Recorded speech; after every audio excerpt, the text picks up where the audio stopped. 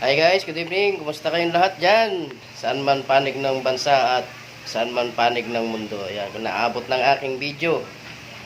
Shout out sa inyong lahat. Magandang gabi sa inyong lahat guys.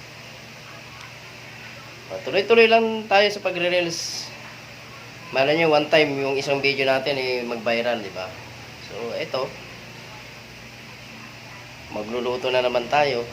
Yung nakita natin sa rep, meron manok doon, adobohin natin ang tuyo. So yan, niluluto ko na. Ayun o, yun. Ayan, niluluto na ako mag-aadobo naman tayo ng manok ngayon. Kumusta kayo lahat yan guys? Nakapagluto na ba kayo ng inyong hapunan? Marahil yung iba ay kumakain na, pero tayo nagluluto pa. So, samahan nyo ako guys, pakita ko sa inyo. Ito ang ating menu, naigisa na natin yan. Bali, ang hinihintay ko na lang yung lumapot siya. Palalaputin natin. Kasi gusto ko sa adobo yung malapot Ayan. Yung nagmamantika. Yan ang ating adobong manok. Gusto ko nagmamantika. O, habang nagluluto tayo, advice muna ako sa ating mga idol dyan. Yung mga napapagod na, magpahinga. Pero, tuloy-tuloy pa rin. Kasi, ito ay isang oportunidad na binigay sa atin ni Boss Meta para ma-inspire tayong gumawa ng mga content, branded content. Ayan. Kung nagkakaroon tayo ng violation, magkamawala ng pag-asa. Ganyan talaga. Kailangan ma-realize mo na meron kang pagkakamali. At yung mga pagkakamali mo yun, kailangan mong baguhin. So, magsimula kasi ulit. Baguhin mo yung mga nagawa mong pagkakamali. Ituwid mo. Sumunod ka sa patakaran.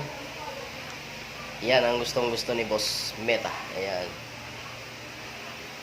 Tingnan nyo yung mga malalaking content creator. No, nagsimula din yan sa maliliit Meron nga ako napanood yung mga kwento niya. Gaya nito, cellphone ko lang yung ginagamit kong pag video. Yung mga kwento niya, nagsimula din sa maliit.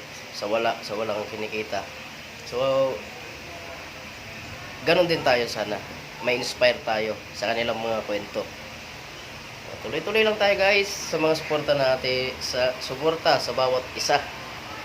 Sa mga kapwa natin content creator. Ayan, tignan natin niluluto. So ayan na guys, nagre-reduce na yung kanyang sabaw. Simple lang naman tong lutuin yung adobo. Kung gusto mong hindi igisa, pwede rin.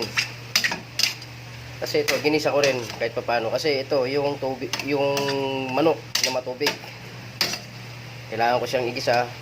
Isang kutsara maigi para matanggal yung tubig. Ayan. Medyo hindi pa ako kontento sa kanyang consistency. So, palalaputin, pamamantikain pa natin yan.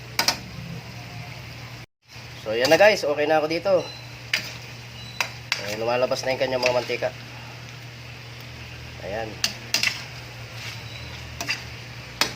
Magpiplate tayo guys. Ayan o. Yung mantika niya lumalabas. Diba? Sarap. Sarap talaga sa adobo yung tuyo. Yung nagmamantika. Hindi yung masabaw na adobo. Kasi pag masabaw na adobo, sinigang na yun. Ayan, magpiplate tayo guys. Ayan, ang ating adobong tuyo. Sarap. Ayan guys, ang ating ulam ngayong gabi, yung adobong manok na tuyong-tuyo, yung nagmantika. Ayan no. Yan mga paborito kong adobo. Simpleng-simple lang naman tulutuin guys. Ayan no. Ayan guys, yung adobo. Dapat titikman ko to pero mamaya na. Kasi pag tinikman ko to, diretso kain na, di ba? So, hintayin ko muna yung kasama ko, yung asawa ko, para sabay kami. Pinakita ko lang sa inyo yung aking recipe na adobong manok na tuyo. Ayan. Oh, sarap. Diba? Simple lang lutuin yan guys. Nahahasa tayo magluto dahil kay Boss Meta. So ayan, gusto kong magpasalamat sa inyo sa patuloy nyong suporta sa aking mga video. Salamat. Tuloy-tuloy lang po tayo guys. Huwag tayong sumuko. Ayan, kasi ito opportunity na sa atin ni Lolo Meta para gumawa ng content. Malay nyo, itong video ko na ito pala yung magbabayaran, di ba? Good night, bye bye.